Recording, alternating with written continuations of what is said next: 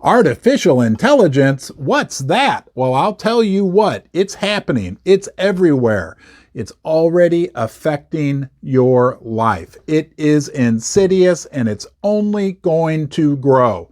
Did you hear Microsoft laid off 10,000 employees recently? Did you hear Microsoft announce they were going to invest $10 billion into artificial intelligence?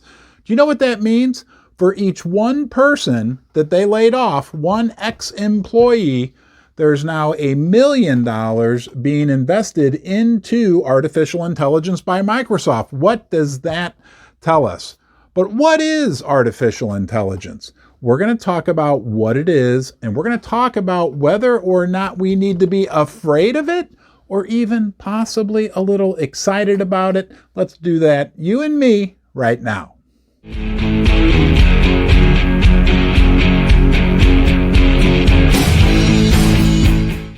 What is artificial intelligence? Well, just as the name implies, it's artificial. It's not real intelligence like you and I have. You know, we're smarter than the average bear, but it is still intelligence, and it is fascinating. Basically, what we're talking about here are computers, robots, software, however you want to categorize it, that learns from vast amounts of data. They have things called algorithms, which are basically little computer programs that can analyze all kinds of data. You know, there is data everywhere. An unbelievable amount of data is being collected these days. These programs can go in and look at that data and analyze it and establish relationships, patterns, and then point them out to the user, the human who's behind it all, somebody like you and me. What's so key is that these new computers, right, modern computing technology, it can do that very, very fast. It allows the computer to learn in a similar way to the human brain, the way we cognitively learn, developing relationships, developing patterns.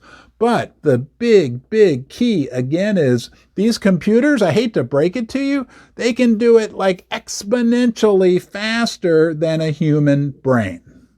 As you probably can imagine, this can be used in a plethora of applications. Anything from self-driving cars to analyzing vast amounts of data, to the financial markets, to a robot that will learn how to cut your grass, the best, most efficient way to cut your grass.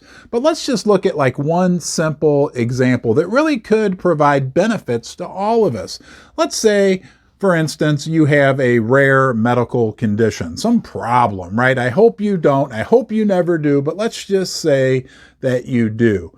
If you go to your doctor, he's limited by his level of knowledge, his experience that he's had during his career as a medical doctor. He's going to do his best to help you. Sure, that's not in question at all.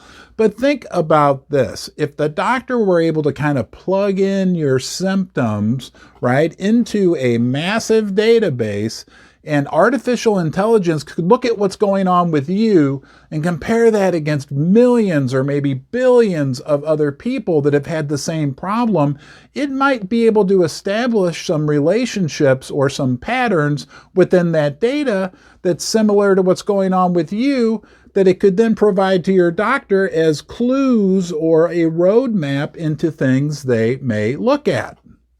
Hey, you're no robot, you're unique, you're special, and you decided to join me here in the basement. I want you to know I appreciate that. I honor your time.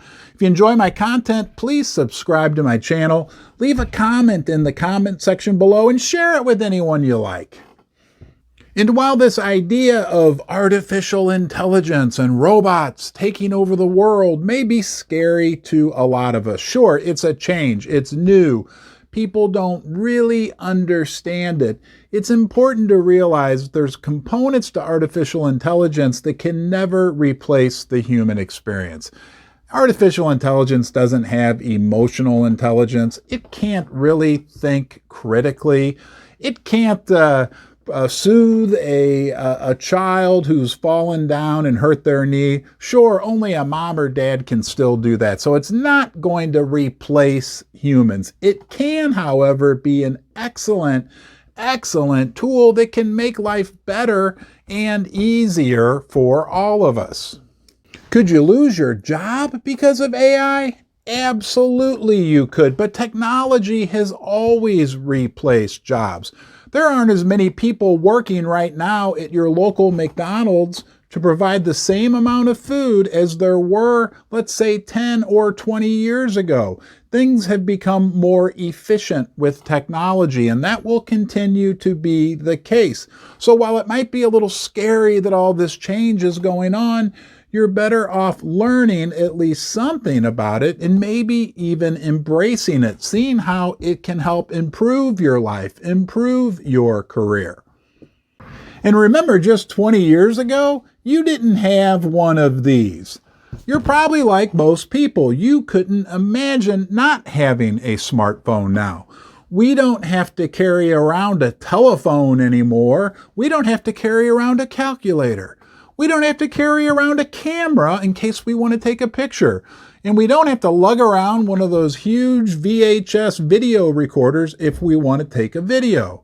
We also don't have to carry around a bunch of maps because that technology has changed the way we live. And I think most people overall would say that it's changed for the better. So as AI becomes more and more incorporated into our lives, I might recommend we try to embrace it, see how we can use it to our benefit for us and for mankind in general. I hope you enjoyed my video. I'll see you next time.